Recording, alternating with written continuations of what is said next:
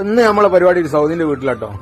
ഇവിടെ പ്രശ്നം രൂക്ഷമാണ്. 4-5 ആൾക്കാർ വന്നിട്ട് എല്ലാരും ഒരേ അഭിപ്രായം പറഞ്ഞെന്ന് പറഞ്ഞത്. ആ കാണതാണ് കേട്ടോ വീട്. ഇതിന് നേരെ മുന്നിലുള്ള ഒരു ഗസ്റ്റ് ഹൗസ് മോഡൽ ഇങ്ങനെ ഉണ്ടാക്കി വെക്കും. എല്ലാ വീട്ടിലും ഉണ്ടാവും. കമ്പനിക്കാരൊക്കെ വന്നു കഴിഞ്ഞാൽ വീട്ടിന്റെ ഉള്ളിൽ കയറ്റില്ലല്ലോ ഇവിടെ. ഇതിന് മുന്നിൽ ഇങ്ങനെ ഇവിടെ സെറ്റപ്പ് ആക്കിയിട്ട് ഇവിടെ എല്ലാം ഉണ്ടാവും. ചായയും ഗാവയും വെള്ളമൊക്കെ ഇവിടെ സെറ്റാക്കും. എന്നിട്ട് ആൾക്കാർ വന്നു കഴിഞ്ഞാൽ ഇവിടെ നിന്ന് വർത്താൻ പറഞ്ഞിട്ട് അവർക്ക് വെള്ളമൊക്കെ എടുത്ത് വെച്ച് കൊടുത്തിട്ട് ബാത്റൂം ഉണ്ടാവും, എല്ലാ സെറ്റപ്പും ഉണ്ടാവും. അപ്പൊ ഇവിടുത്തെ പ്രശ്നം എന്താ വെച്ചാൽ ഈ ഒരു കാണുന്നതാ ഇത് മൊത്തത്തിൽ കുത്തി പൊളിക്കണം. ഇവിടേക്ക് വെള്ളം കിട്ടുന്നില്ല. അപ്പൊ എല്ലാരും പറഞ്ഞത് ഇത് പൊളിക്കണം, അല്ലാതെ നടക്കൂല പരിപാടി എന്ന് പറഞ്ഞു. അങ്ങനെയാണ് നമ്മളെ വിളിക്കുന്നത്. നമ്മൾ പറഞ്ഞാൽ അവസാനത്തെ അത്താണിയാന്ന് എല്ലാവർക്കും അറിയാം. നമ്മളെടുത്ത് എന്തെങ്കിലുമൊക്കെ ഒരു പരിപാടി ഉണ്ടാവുക. അപ്പൊ ഞാൻ പറഞ്ഞ കുത്തി പൊളിക്കേണ്ട ആവശ്യമൊന്നുമില്ല. എന്റെ കസ്റ്റമറും പറഞ്ഞിട്ടാ കുത്തി പൊളിക്കല്ലാതെ വേറെ നിവർത്തില്ല, കുത്തി പൊളിച്ചാലെന്നൊക്കെ പറഞ്ഞു. ഞാൻ പറഞ്ഞെങ്കിൽ വെള്ളം കിട്ടിയാൽ പോരെ, നമ്മൾ ഉണ്ടെന്നാ ഞാൻ പണിയെടുത്ത് വെള്ളം വരുത്തിച്ച് കാണിച്ചു തരാൻ പറഞ്ഞു. അങ്ങനെ അങ്ങോട്ട് പണി തുടങ്ങിയതാട്ടോ.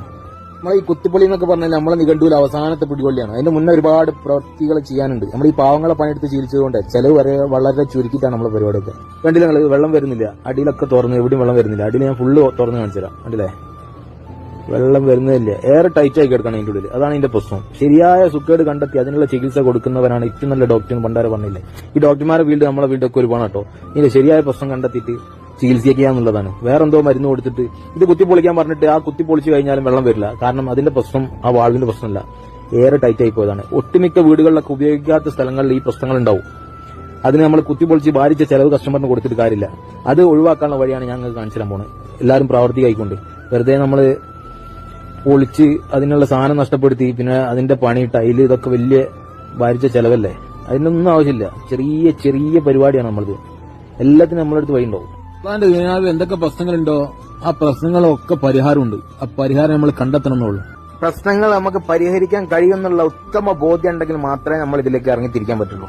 അല്ലാതെ നമ്മളൊരു പരീക്ഷണ വസ്തുവായിട്ട് നമ്മൾ ഒരു കസ്റ്റമറിന് ഇങ്ങനെ അത് മാറ്റി ഇത് മാറ്റി അവസാനം വലിയൊരു ബില്ല് ഇട്ടെടുത്ത് സംഗതി ഇട്ട് നന്നായിട്ടില്ല, ആ ഒരു ചിന്താഗതി നമുക്ക് ഉണ്ടാവരുത്. നമ്മൾ അറിയെങ്കിൽ മാത്രം നമ്മൾ പണിയെടുക്കുക. ഇപ്പൊ നോക്കി നിങ്ങള് ആ എയറൊക്കെ ടൈറ്റാക്കി മോട്ടറിൽ പ്രഷർ അടിച്ച് കയറ്റി എയർ റിലീസായി വെള്ളം വരും. നോക്കി നിങ്ങള് വിട്ടത്തം വിട്ട പോയിസ.